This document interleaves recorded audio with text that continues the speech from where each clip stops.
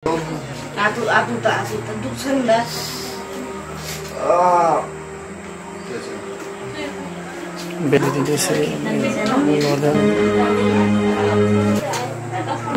डक्टरले सुनाइदिँदैन डक्टरले छोडिदियो अब प्राणी लाग्यो भन्छ यस्तो कन्ट्रोल। नमस्ते, मेरो नाम नरबहादुर सार्की। हजुरहरूले कृष्णटोल बासिन्दाबाट बोलिरहेको छु। सक्दो हजुरहरूले सहयोग गरिदिनु मेरो खुट्टाको लागि, उपचारको लागि। हजुर नमस्ते। हजुर दिनदिनै समयहरू अब यहाँ हस्पिटलमा समयहरू बढ्दै गइरहेको छ र सँगसँगै अहिले उपचार खर्चहरू पनि बेसी नै बढेको छ है। यो कारणले गर्दाखेरि तपाईँहरू समक्ष अहिले यो भिडियो यसरी हामीले चाहिँ नि तयार गरिरहेका छौँ। भनेपछि छोरालाई थाहा छैन अब तिमी हस्पिटल आउने कुरा? हजुर थाहा छैन।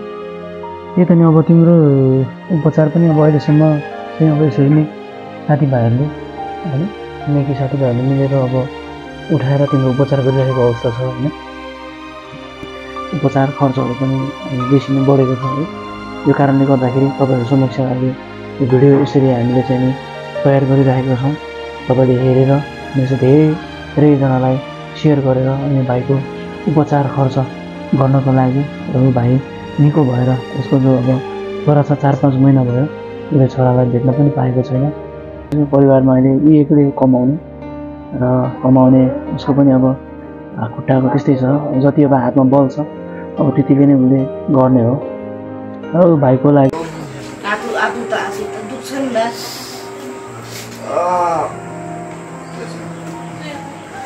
बेटाडिन पोल्छ ए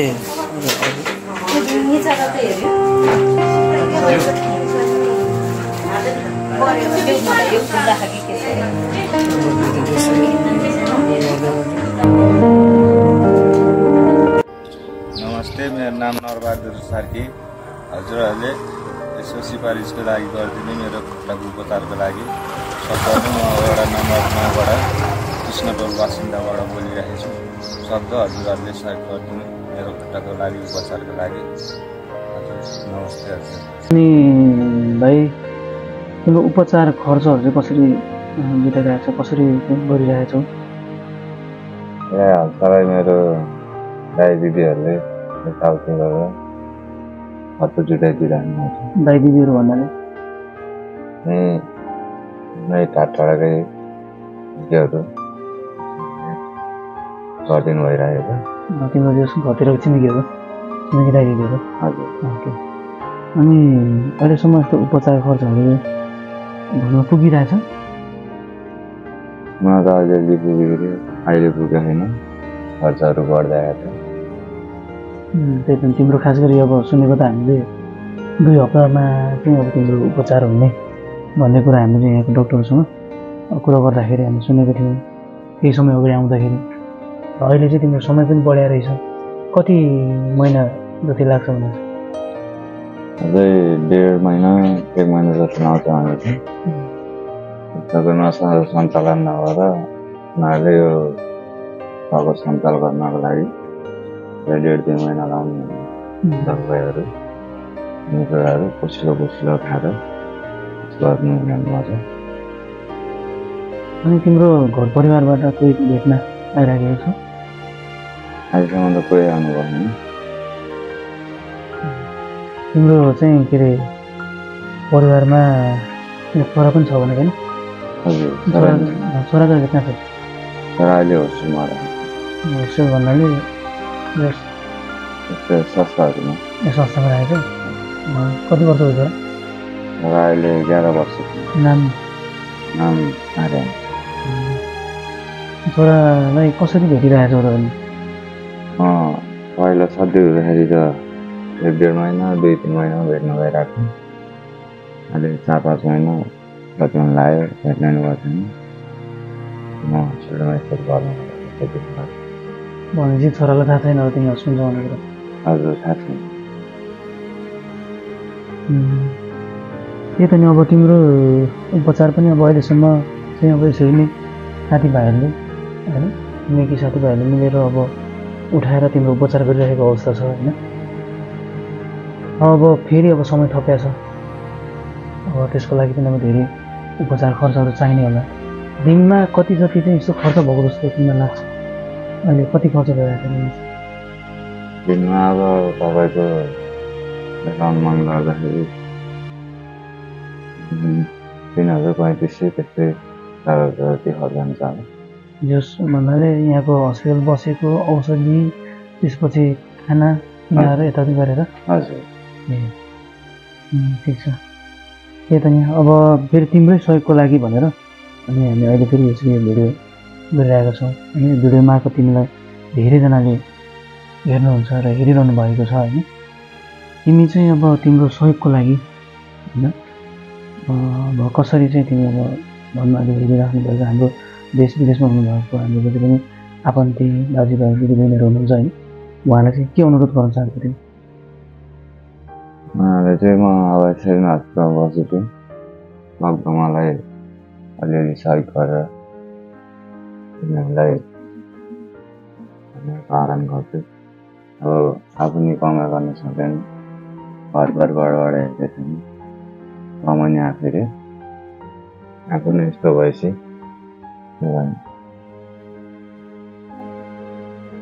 आज कति दिन भयो तेरो यस्तो भएको तिम्रो? आज लगभग 1 महिना जति। 1 महिना भन्नुलाई है। खास तिम्रो 2 हप्तामा चाहिँ यो अपरेसन हुन्छ भनेर डक्टरले पहिला हेर्दाखेरि त भन्नुभएको थियो। अहिले चाहिँ खास किन अहिलेसम्म यो अब अपरेसन भइरहेको छैन? कारण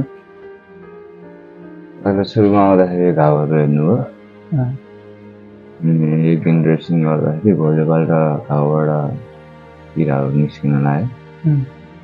त्यहीबाट नि उनीहरूले घाउहरू अझै सफा भएर क्लिन गरेर घोडाहरू एक्सरे गरेर पनि हेर्नु हो। त्यो दुखिसकेछ, तिम्रो नसा सम्बन्धीको रहेछ, माथिबाटै रगत रोकिनको कारणले गर्दाखेरि अलि ढिलो उपचार हुनुभयो भन्नुभयो। भन्नाले जस नसामा जस रगत चाहिँ सञ्चार नभएको कारण त्यही हो, जस अहिले अपरेसन नभएको कारण चाहिँ। हजुर।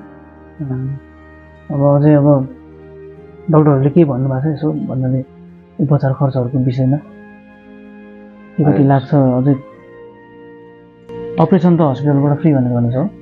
हजुर, भन्नुभएको छ। अपरेसन खर्च फ्री भन्नुभएको थियो। यहाँ बसेर नि धेरै समय भइसक्यो, 2 हप्ता भनेको। 2 हप्ता हुँदाखेरि 1 महिना जतिमा लाग्दाखेरि धेरै खर्च भइसक्यो। कति खर्च हुने त थाहा छैन। सबै गर्नुभएको दाइहरूले गरिराख्नुहुन्छ।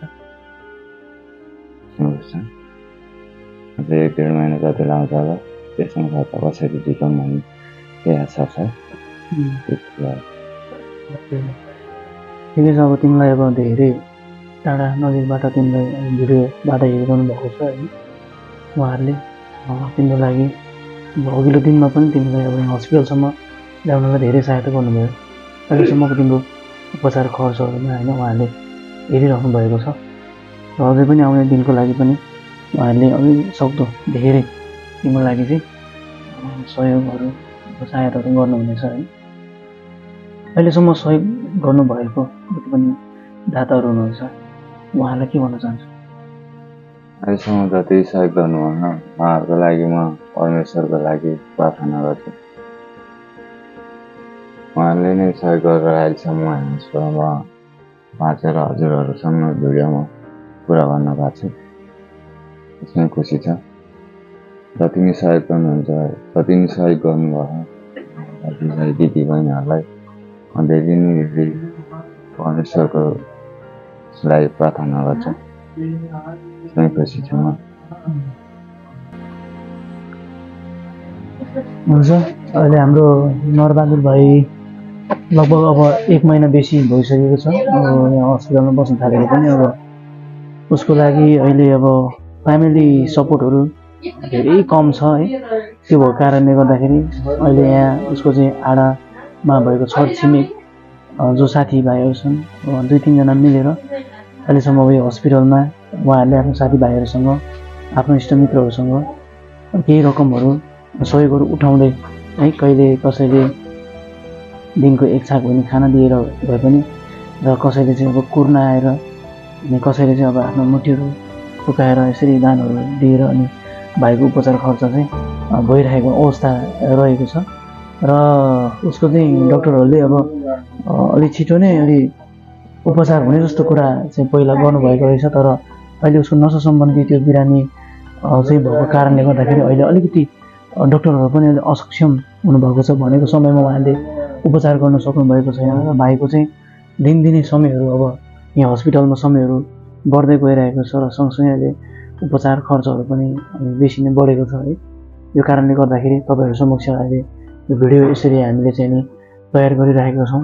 तपाईँले हेरेर अनि यसो धेरैजनालाई सेयर गरेर यो भाइको उपचार खर्च गर्नको लागि र ऊ भाइ निको भएर उसको जो अब छोरा छ 4-5 महिना भयो, उसले छोरालाई भेट्न पनि पाएको छैन र उसको मिसेस चाहिँ अहिले उसँग छैन। 5-6 वर्ष भयो भने पनि मिसेस 5-6 वर्ष भइसक्यो। परिवारमा अहिले ऊ एक्लै कमाउने उसको पनि अब खुट्टाको त्यस्तै छ, जति अब हातमा बल छ अब त्यतिले नै उसले गर्ने हो। र भाइको लागि हामी सबैजना मिलेर हामी कामना गरौँ र हाम्रो हात मुठीहरू हामी फुकाउँ ताकि भाइ छिटो निको भएर है फेरि पनि आफ्नो परिवार, आफ्नो छोराको लागि आफ्नो जीवन चाहिँ अलिक परिश्रम गर्न सकोस् भनेर हामी कामना गरौँ। र आज यसरी नै हामी यही उद्देश्यले हामी आएका छौँ र जतिले अहिले भाइलाई सहयोग गरिरहनु भएको छ म पनि तपाईँहरूलाई धन्यवाद दिन चाहन्छु। तपाईँहरूले यसरी यो भिडियो गर्नलाई मलाई पनि तपाईँहरूले अनि उत्साह दिनुभयो, सहायता दिनुभयो र भाइ कहाँ आएर अहिले यसरी भिडियो गरेर तपाईँहरूको समक्ष ल्याउन सफल भयो। धन्यवाद दिँदछु तपाईँहरूलाई फेरि पनि। हुन्छ, नमस्ते।